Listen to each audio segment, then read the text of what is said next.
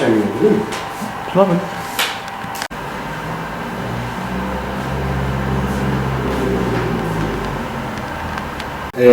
Toplumsal hafızanın korunması için çok önemli bir görev yerine getiriyor fotoğrafçılar. Mesela biz bu fotoğrafı 2004-2005'te çektik. O zamanki süreçten sonra aradaki boşlukların hepsi binalarla dolduğu için maalesef aynı fotoğrafı hiç kimse çekemeyecek.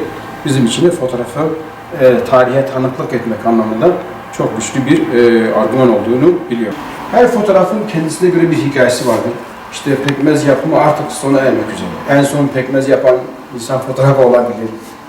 Ya da işte bir Koçer çadırında yaşayan insanların hayatının son örnekleri olabilir diye bazen içimizden geçiyor. Burada da teşhir dediğimiz ip eğirme mesleği de bitmeye yakın bir meslek. Tabii biz bunları çekip belgeleyerek tarihte, gelecekteki nesillere ulaştırmanın büyük bir gayreti içindeyiz. Merhabalar, benim adım Mecit Çevrim. Şırnak İdil'de yaşıyorum. Şırnak İdil Fotoğraf Kulübü'nün aynı zamanda Şırnak Foton Derneği'nin de yönetim başkanı ve kurucusuyum. Burada İdil'de arkadaşlarımızla fotoğraf eğitimleri ve fotoğraf çalışmalarına son 12-13 yıldır devam ediyoruz.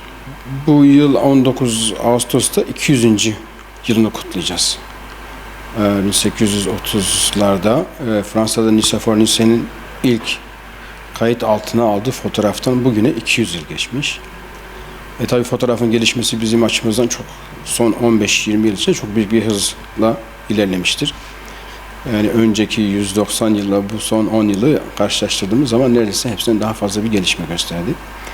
Özellikle telefonların fotoğraflı bir şekilde çalışıyor olması insanların özellikle fotoğraf çekme konusunda daha bir hevesli ve istekli, aynı zamanda herkesin birer foto muhabiri olduğu bir süreçten geçiyoruz. Şimdi fotoğraf tabii dediğimiz gibi bir şeyin varlığını kanıtlamak için kullanılan bir argüman aynı zamanda.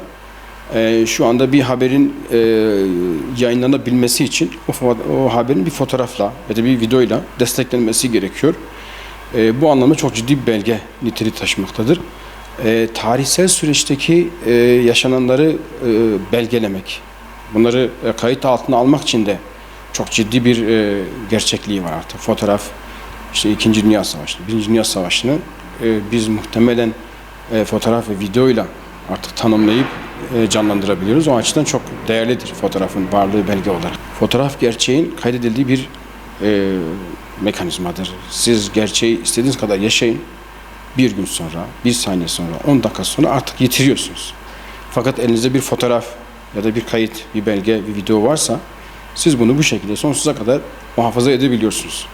Onun için hem gelecek nesillere aktarılması hem geçmişin daha iyi anlaşılabilmesi için de fotoğraf çok ciddi bir belge niteliği taşımak. İlk fotoğrafın alüminyum plakaya bir geçirilmesiyle bugüne kadarki süreç bambaşka bir şey.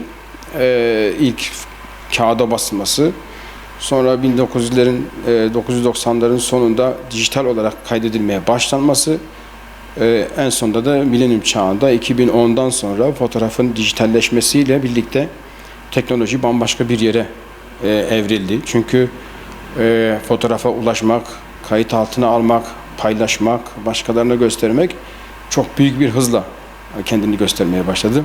Mesela bizim burada analog fotoğraf makinemiz var. İşte o analog fotoğraf makinesinde biz fotoğraf önce işte filmi takıyorsunuz. Sonra onu gidip tab ediyorsunuz. Tab ettikten sonra onu karta bastırıyorsunuz. O zaman fotoğrafı bir belge olarak, bir done olarak, bir data olarak görmeye başlıyorsunuz. Fakat şimdi bu süreçlerin hepsini biz atlattık. Deklanşöre bastığınız gibi artık fotoğraf kayıt altındadır. Gitmesi gereken her yere birkaç saniye içinde ulaştırabileceğimiz bir süreci yaşıyoruz. Dolayısıyla teknolojideki gelişme fotoğrafın hızlı bir şekilde yayılmasına büyük bir katkı sağlamıştır. İşte kültürel miras, bizim başında söylediğimiz gibi fotoğrafın belge niteliği onu kültürel mirasın devamlılığı için, sonraki nesile ulaştırılması için vazgeçilmez bir unsur olarak karşımıza çıkarmaktadır. Mesela benim şurada fotoğrafım var, göstereceğim. 2005-2006'da, bundan yaklaşık 20 yıl önce çektiğim bir fotoğraf. Maalesef şu an aynı fotoğrafı çekemeyeceğiz. Hiç kimse çekemeyecek. Neden çekemeyecek? Çünkü İdil'de işte yapılaşmadan sonra kilise ve camiyi yan yana gösterebileceğimiz tek fotoğraf o.